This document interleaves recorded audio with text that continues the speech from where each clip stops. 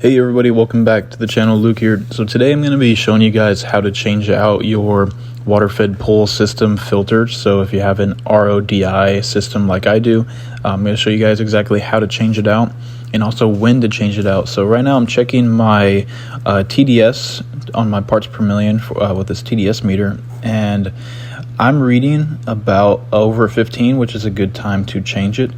So right now I'm just kind of getting my filters out. I have my carbon filter that I'm taking out, and then also my DI filter, so my deionization filter.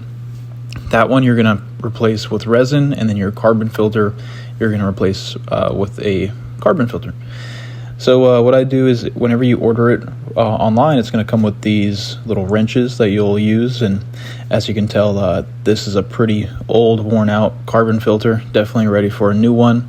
And I believe they suggest that you replace it every 4 to 6 weeks, and then with the DI filter, it's every couple months or so.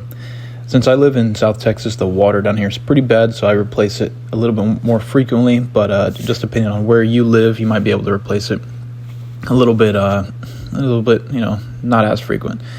So I'm putting that new filter back in, making sure that I drain all that water that's in the holster, and then just hand tighten it back on. You only need to use the wrench to open it, but whenever you're putting your filter back on, you just need to do it hand tighten. And the way that this system works, it runs through, connect water from the customer's house to your unit, and it runs through all of these filters. It runs through your carbon filter, it runs through your deionization filter, runs through your reverse osmosis, and then it comes out and it's looking clean. So right now I'm using this resin that I got off of windowcleanerresource.com, and for this box right here was about $75. And whenever you're opening your resin, just make sure to either have sunglasses on, have some type of eyewear on, or just look away, because if you get some of this like sand particle type of stuff in your eyes, it's gonna really hurt. But yeah, make sure whenever you are emptying out your resin that you are covering your eyes, wearing some type of eyewear, because I got this stuff in my eyes the first time I changed it, not knowing how bad it would burn. And I wear contacts, so I had to take off my contacts, rinse out my eyes, and it was not good. So yeah, just empty out your resin into a trash can. You can just throw this stuff away, and then rinse out your holster as well. It comes with these little foam donuts that kind of keep everything intact, so you can give those a rinse too. Now we're ready to put everything back in. And if you are interested in getting a water-fed system, I'll put a link into the one that I have. It's not an affiliate link or anything, but it's just the website that I got mine on. And it truly saves you a ton of time with doing window cleaning. Regular maybe 25-30 window house used to take me between maybe 2.5 hours, but now it takes me about an hour to an hour and a half. So it really saves you a whole lot of time, saves you a lot of money in the long run. You can do bigger buildings, you can do bigger houses.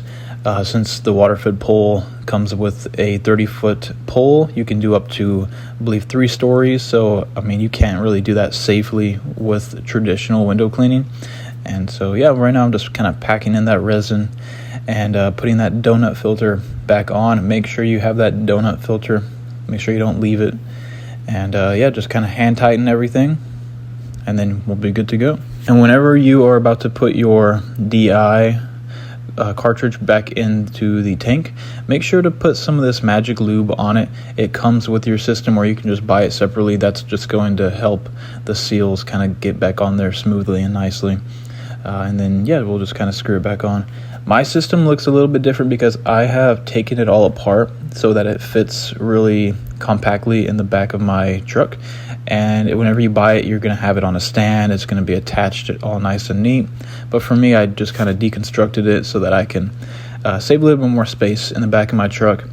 If you guys haven't seen my pressure washing and window cleaning setup, I'll put a link in the description for you guys to check it out. Now it's time to just kind of connect all of the tubes back together. This is going to allow no leaks and to make sure that water's flowing through everything. I'm just connecting my water hose right back to it.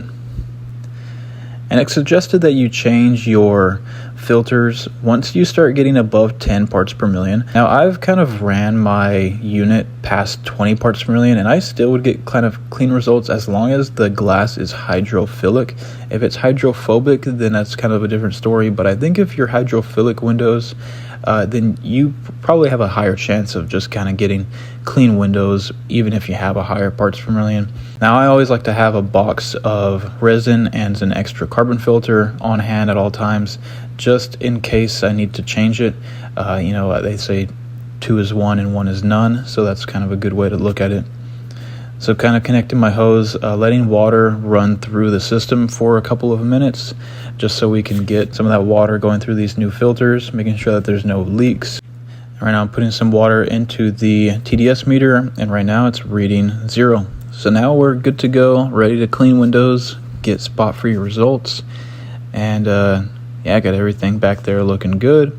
If you guys have any questions regarding WaterFed at all, feel free to let me know, and I'll see you on the next one.